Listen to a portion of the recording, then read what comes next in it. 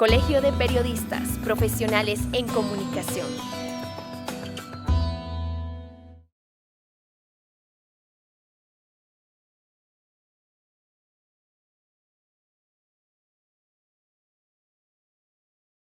¿Qué hemos hecho?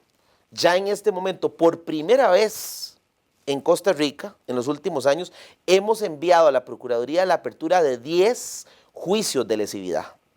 10 juicios de lesividad en una institución como la nuestra, donde apenas tenemos 5 ingenieros y 5 abogados dispuestos para abrir estos procedimientos y para conocerlos. Es decir, con esos 10 juicios de lesividad estamos demostrando que efectivamente estamos avanzando en el proceso de reordenamiento del espectro. Sin embargo, reordenar el espectro no solamente es recoger frecuencias, es, por ejemplo, en casos donde una frecuencia hay que adaptarla, hay que técnicamente buscarle, reordenar y ubicarla en un sitio distinto. Existen las readecuaciones, por ejemplo, de frecuencias. Es otro procedimiento que hay que hacerlo conforme lo establece la ley. Entonces, el procedimiento que en este momento lleva el viceministerio, el Ministerio de Ciencia y Tecnología, es conforme a derecho e incluso hemos cumplido con los plazos que establece la Contraloría General de la República. Sin embargo, es evidente que nos ha tocado ahora en esta administración arrancar esos procedimientos que por mucho tiempo no se abrieron, pero lo hemos hecho ordenadamente. Y vea qué tan ordenadamente que precisamente la consulta que le hicimos a la Procuraduría General de la República llevaba razón, puesto que la misma Procuraduría dice en su informe, evidentemente tiene razón ante la duda. Entonces, en ese sentido, hemos avanzado con las reformas al PENAF, con los procesos de los juicios de lesividad, que ya hay 10 en este momento en manos de la Procuraduría General de la República, y adicionalmente con los otros procesos como readecuaciones, que también son parte del ordenamiento del espectro radioeléctrico.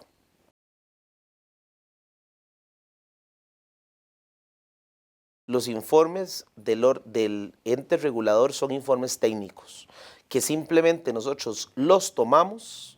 se abre el órgano donde participan ingenieros y abogados, es un órgano técnico, jurídico, independiente a los jerarcas. Ese órgano analiza los informes y escucha las pruebas de las partes, es decir, si los concesionarios tienen pruebas en contra, por ejemplo, de esos informes o cuestionamientos en contra de esos informes, el lugar donde se hacen los cuestionamientos es en el seno del órgano director.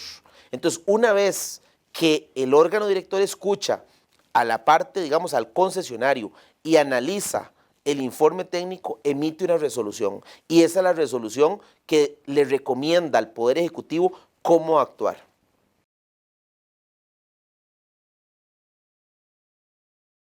Eso es una de las cosas que yo incluso les decía a las señoras y señores diputados cuando he ido a la Asamblea Legislativa y cuando hemos defendido el presupuesto ordinario.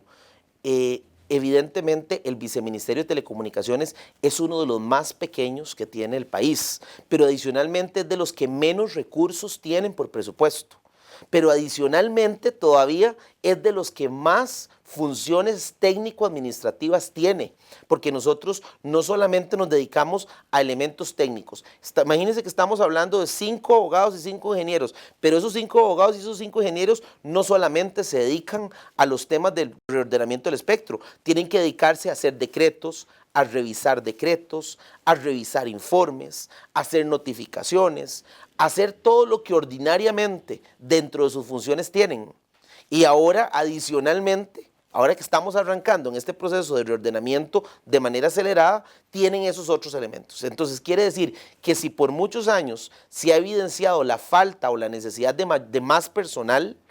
todavía ahora con más razón necesitaríamos el apoyo, si lo que queremos evidentemente es acelerarlo más, porque aquí nosotros vamos llevando los procedimientos conforme al orden que ingresan, pero adicionalmente conforme a la posibilidad que tienen, porque le voy a poner ejemplos. Si un funcionario en algún momento de esos 5 tuvo que ver en la tramitación del expediente o conoció algo respecto al concesionario que en ese momento se le está abriendo un procedimiento,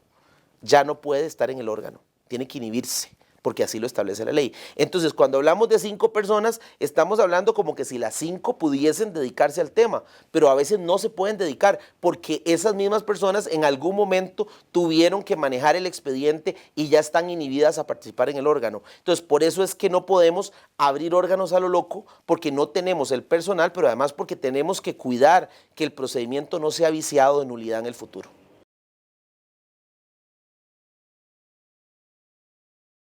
La ley es obsoleta, y no solamente obsoleta, sino que es necesario en algunos temas, por ejemplo, con respecto al pago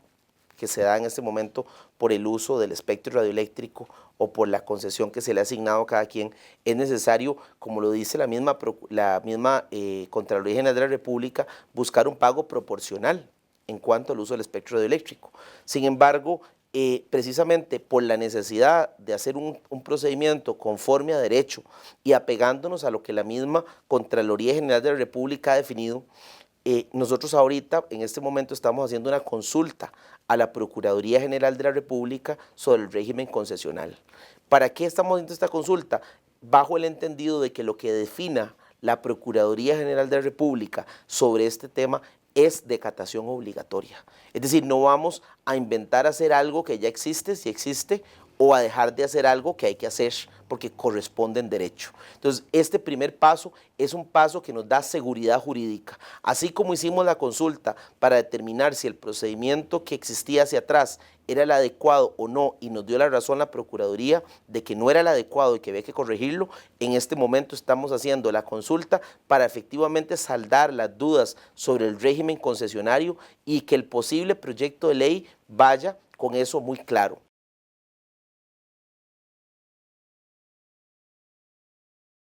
Preocupados, evidentemente, porque lo que se lesiona no es solamente la institucionalidad del viceministerio, sino la institucionalidad del país, porque efectivamente esto trae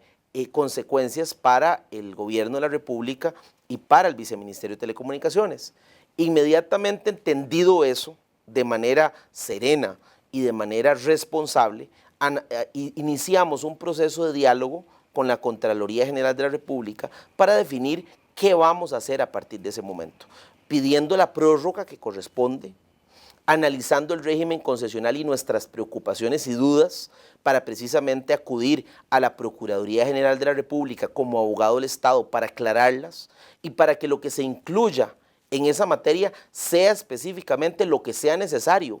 ni más ni menos de lo necesario, para efectos de ¿qué? De que la legalidad y el procedimiento que se incluya dentro de un posible proyecto de ley sea adecuado a derecho. Eso bajo el entendido de que el legislador dentro de sus competencias puede ir a menos o a más, pero entendiendo claramente que la responsabilidad del Poder Ejecutivo es limitada, porque nosotros nos limitamos a hacer una propuesta, como la han hecho sectores sociales, como la han dicho que la van a hacer sectores privados, es una más. Porque recordemos que la función de legislar es exclusiva del Poder Legislativo en Costa Rica.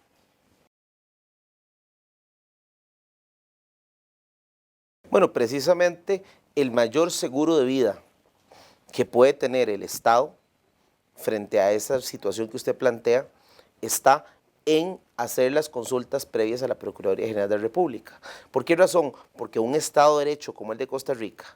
sobre el tema más importante, que es el tema concesional,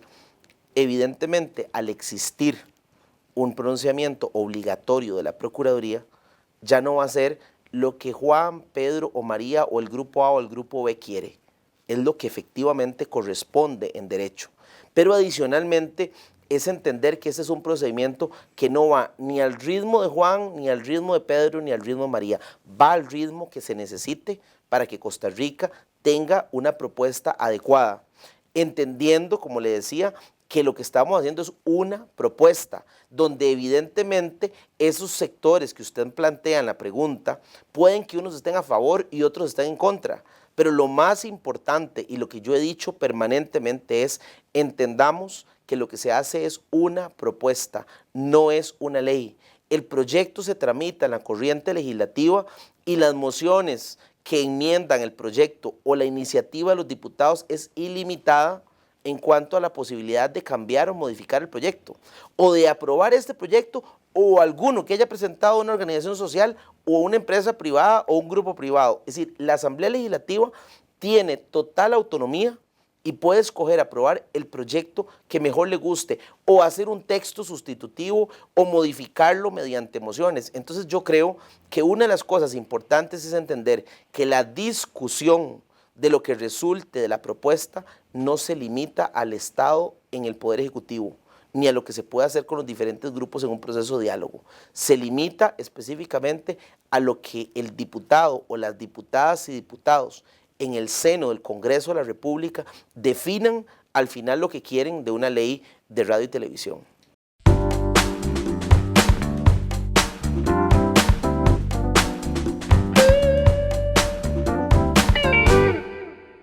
Colegio de Periodistas Profesionales en Comunicación.